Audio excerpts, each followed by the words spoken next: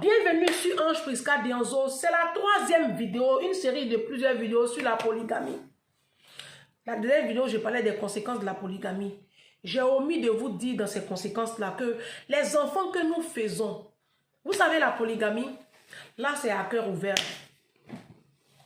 Vous savez, généralement, quand on parle de polygamie, c'est un abus de langage, on parle plutôt de polygynie. C'est-à-dire c'est l'homme qui contracte plusieurs femmes, qui a plusieurs femmes.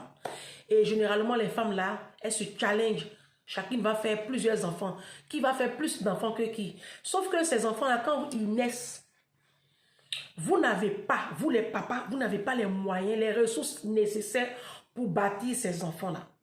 Et ce sont ces enfants-là aujourd'hui qui deviennent des prostituées. Ce sont ces filles-là qui sont déscolarisées très jeunes parce que papa n'est pas souvent là. Ce sont ces enfants-là qui vont mourir dans les eaux froides là-bas parce qu'ils fuient votre misère. Et généralement, les familles, les foyers polygames, généralement les enfants, ça fait du mal aux enfants parce que l'enfant, aujourd'hui, qu'est-ce qui se passe? C'est que les nouveaux foyers polygames là, les mamans n'habitent pas dans la même cour. Il y a tellement de palabres qu'ils ont trouvé une parade. Chacune a son domicile. Donc, le monsieur, il fait le tour de tous les domiciles. Sauf qu'il y a 7 jours dans la semaine. Hein. Donc, s'il a 3 femmes, il fait 2 jours, 3 jours chez une. Donc, les enfants ne voient pas régulièrement leur papa. D'accord? Et ça crée un autre système à côté. Aujourd'hui, votre histoire de polygamie, là, c'est en train de vous rattraper. Parce qu'avant, les femmes habitaient tous dans la même cour. À l'époque, il y a encore 20 ans en arrière, 30 ans en arrière, dans les familles polygames, le monsieur, il avait une grande maison ou même des dépendances derrière, où chaque femme avait sa dépendance avec ses enfants.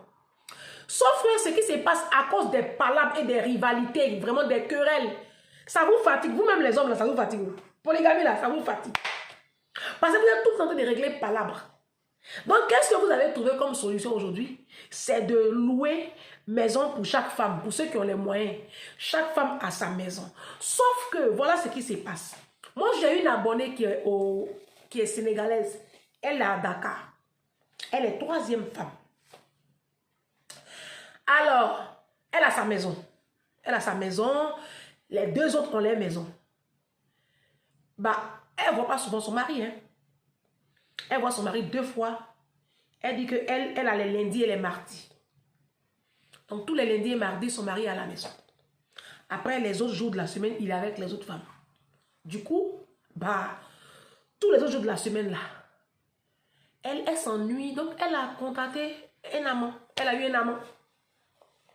Moi, je ne mens pas. Hein. Elle a eu un amant. Elle a un amant. Qui est là, qui chauffe ses nuits. Dans polygamie, là. En fait, ça, c'est vraiment la polygamie. Hein. Maintenant, comme vous voulez légaliser, nous, on est d'accord parce qu'on est fatigué de ces cachots. Oui. Mes abonnés disent qu'elles sont fatiguées de se cacher. Que comme vous dites que vous voulez légaliser comme ça, elles aussi, elles seront libres d'avoir aussi de contacter plusieurs unions. Vous les hommes là, vous ne savez que vous n'allez pas à supporter là. Ça veut dire que dans la vie qu'elle a là, quelque chose tu ne peux pas terminer, il ne faut pas commencer. Vous là, votre cœur est tellement... Ça veut dire que vous les hommes là, des fois on dit que c'est nous qui sommes le sexe faible. Mais moi je dis que c'est les hommes qui sont le sexe faible. Nous les femmes là, on découvre un message dans votre téléphone, on vous surprend et puis on vous pardonne. On est avec vous. Mais vous, quand vous voyez même petit message, vous tremblez comme ça. Jalousie là sur vous comme ça. Aucun homme ne supporte voir sa femme même se faire draguer. Aucun homme. Draguer seulement, hein. Petit message, même vous voyez là. Vous êtes déjà mort. Mais sinon, c'est même cœur là, on a où? Le cœur que vous avez, puis vous ne supportez pas que un autre homme passe sur votre femme là. C'est le même cœur là que Dieu nous a donné. Puis nous, on ne supporte pas que tu partages ta chose là avec une autre femme. C'est le même cœur là. C'est pour ça qu'il y a maraboutage dans les familles polygames. Parce que si elles acceptaient la présence de l'autre, elles n'allaient pas faire maraboutage. C'est de l'hypocrisie. Polygamie, là, c'est l'hypocrisie. Polygamie, là, c'est l'hypocrisie. Vous dites non, l'islam vous permet d'avoir jusqu'à 4 femmes. Vous savez, apprenez à lire dans les lignes. Quand le prophète dit que vous pouvez contracter plusieurs unions jusqu'à 4, mais pourvu que vous les aimiez de la même manière. Il y a un nom dit dans la phrase du prophète Mahomet. Il y a un nom dit. Il y a quelque chose on appelle ça le non dit. Est-ce que vous-même, vous qui êtes polygame là, vous-même, est-ce que vous êtes sûr, vous pouvez garantir ici dans les commentaires, que vous aimez vos femmes la même chose? C'est pas possible. Parce que généralement, qu'est-ce qui se passe? Quand un homme contracte un second mariage, c'est généralement parce qu'il a envie de voir autre chose. Moi, je pense que les hommes africains, c'est des pervers. Les hommes africains, c'est des détractés sexuels. Vous êtes des malades du sexe. Donc, pour légaliser cette maladie que vous avez pour le sexe là, vous voulez avoir plusieurs femmes. Comme ça, vous êtes libre. Et on me dit non, ça évite à l'homme d'être infidèle. C'est faux. Moi, j'étais à Korogo. Moi, j'ai un tonton, je tairai le nom ici. Il avait 4 femmes. À Korogo, moi, j'étais encore très jeune et je devais avoir 17 ans. Il me draguait. Pourtant, il avait déjà 4 femmes. Et puis moi, sa fille, parce qu'il m'appelait ma fille, il venait à la maison. Et il me draguait. Et j'étais obligée de le menacer pour dire, il a dit à maman. Quand il dit à un moment là, il m'a glissé un billet de 5 000. Il dit pardon, il ne faut plus lui parler. Je peux laisser ça comme ça. Il a pris 5 000 là, il a bouffé ça. Pourtant, il a 4 femmes. Ces 4 femmes, je les connaissais. Vous voyez? Les hommes africains là, ils ne peuvent pas. Ça veut dire que c'est une maladie. Vous avez besoin de délivrance. Pour vous contenter d'un seul sexe là, c'est plus fort que vous. Aujourd'hui, vos femmes vous emboîtent le pas. Oui, oui. Madame Camara, ma tata, elle est à Abidjan. Elle est première femme, hein. Son mari a contracté une deuxième épouse. Je ne sais pas si, à quel niveau ils en sont là-bas. Mais quand moi j'étais encore à Abidjan là, Madame Camara, une jolie femme, hein. Elle avait sa boutique à Belleville. Elle avait une autre boutique au plateau. Elle a l'argent. Une jolie femme comme ça. Son mari allait prendre une deuxième femme pour venir mettre dessus. Elle n'a rien dit. Elle sortait avec mon camarade, mon ami à moi, nourri, logé à Biétry. Elle lui a pris un appartement, même pas ailleurs, Biétry. Il a dit Biétry. Ceux qui sont à Bigan connaissent pris des appartements à Biétry. Macori, Biétry. Quartier des Français. Un appartement à l'époque là-bas. Là. À l'époque, comment j'étais à Bigan là-bas, un appartement. C'était un grand studio. Hein, c'était un très grand studio américain. Elle payait à l'époque, elle payait le studio à 200 000. Il a dit, je ne mens pas. Avant, hein, avant. Là, je vous parle d'un truc d'il y a 16 ans, 17 ans en arrière. 200 000. Non, c'était en 2004. Donc, ça fait quoi? Pratiquement 20 ans. Hein? Il y a 20 ans. Là, je vous parle d'un truc d'il y a plus de 20 ans.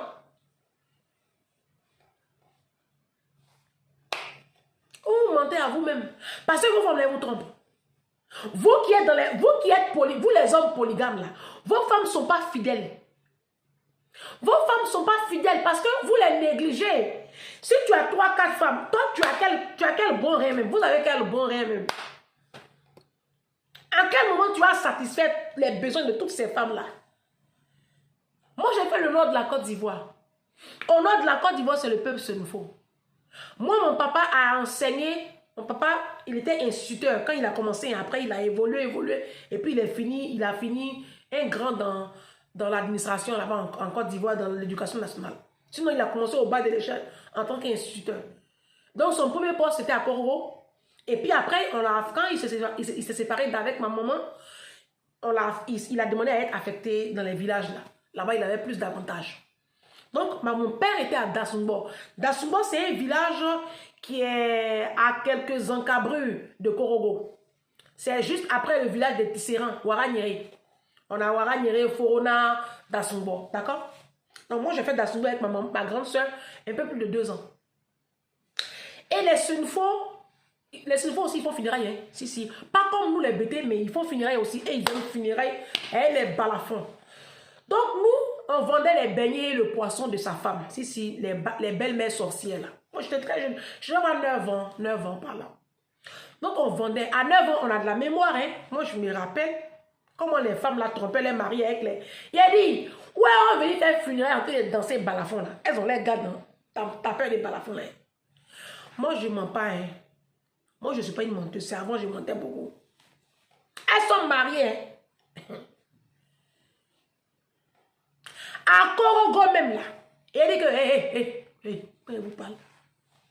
À Korogo, mes tatas de Korogo mariées, là. Hein? Elles vendent sur le marché. Parce que la femme, c'est une faux. C'est odieux, elles sont allées à l'école, elles travaillent. Non, nos mamans à l'époque, à Koro, là, les femmes, les mamans, c'est une faux, là. Elles vendaient sur le marché. Tantôt, il y a une qui vend les œufs, il y a une qui vend, par exemple, les pagnes. Tantôt, il y a une qui vend habits des bébés. Tantôt, il y a une qui vend sous-marin. En tout cas, elles ont les petites activités dans leur commerce. Au marché où elles sont là-bas, là, elles ont les gars, hein. Seigneur, on ne peut pas tout dire. Facebook, là, c'est dangereux, on ne peut pas dire ici. Il a dit, mais maman, là, elles ont les gars au marché. Elles sortent avec couturier. Il y en a qui sortent avec leur livreur de œufs. Il y en a qui sortent avec le boucher du marché. Il y en a qui sortent avec celui qui fait les basins, broderie des basins, là. Vous voyez quoi? Le mari a 4 femmes. Les 4 femmes sont dans la même cour. Et puis les femmes là, hein, elles ont gars. Et la femme, c'est une faut pour pouvoir tromper son mari. Tous les week-ends, elle est dans funérailles. Vous ne croyez pas? C'est culturel. Les Sunfo font funérailles. Hein? Tous les week-ends, ils sont dans funérailles. Si, non, je ne mens pas. Elles vont venir écrire ici, si je mens. Les femmes Sunfo, elles vont au funérailles. Et puis elles se sapent. Hein? Où elle va dans le funérailles là-bas là? Son gars l'attend là-bas. Hein? Elle donne rendez-vous à son gars. Ils vont bien se taper là-bas. Et puis elle revient. Parce que quand elle va dans le funérailles là, elle va avec son sac. Hein? Elle s'en va généralement vendredi. Vendredi, elle est partie. Elle revient dimanche. Où elle est partie là? Elle va bien faire l'empire, elle va revenir dans son foyer. C'est pour ça qu'il dit que c'est hypocrisie. Oh. C'est pas tous vous faites. Foyer polygame là, c'est pas tous. Parce que vos femmes ne sont pas fidèles. Enfant, mais elle dit c'est pour vous là. Allez faire test ADN. Il a dit faites test ADN. On va voir. Faites. Vous avez cœur là, faites test ADN. Vos femmes, vous avez là, faites test ADN. Les 2-3 enfants qui sont dedans là, il y a un qui n'est pas pour vous.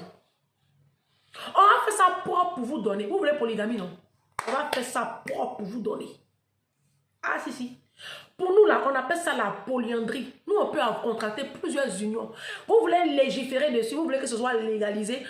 Moi-même, je suis d'accord avec ça. Mes soeurs, ne pleurez plus. On dit polygamie, c'est à 2 niveaux.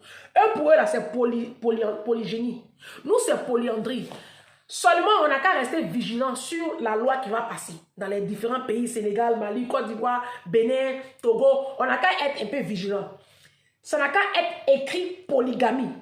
Tant que c'est polygamie, à nous aller. Ça veut dire que nous aussi, là, on peut contracter d'autres unions à côté et c'est légal. Si. Faut pas qu'on voie là-bas polygynie. Si on voit polygynie, c'est pas bon. Ça, on est disqualifié d'office. Mais si c'est polygamie, c'est à 2 niveaux. Donc, la loi dit que nous aussi, là, on peut contracter plusieurs unions. De toute façon, vous aimez le sexe et puis c'est doux. Vous ne pouvez pas manger, même manger. Comme nous, on est nourriture et puis vous allez nous chosifier jusqu'à un tel point. Il n'y a pas de problème. Nous aussi, là, on est fatigué de vous avoir. On veut changer. Oui, on veut changer. Aujourd'hui, les femmes africaines, elles ont cette tendance-là. Elles veulent changer. Vous les voyez ici. Les femmes de la diaspora, quand les maris s'en vont là, elles savent que les maris s'en vont les tromper. Quand elles aussi, elles prennent l'avion, elles s'en vont là, les maris savent qu'elles s'en vont tromper. Vous savez pas ça? Il a dit, c'est pas tous on fait dans les foyers en ce moment. Pas tous. On fait ça propre. Vous nous connaissez où? Femme. Et quelqu'un qui est là comme ça, puis 100 coups en bas d'elle. Vous n'avez pas peur. Nous, on va vous montrer qui a salé la mer. On fait ça propre. Jésus est ressuscité le 3e jour, non? Nous, on vous prouver par A plus B que c'est vrai. On ne sait pas. On se dit à demain pour une prochaine vidéo.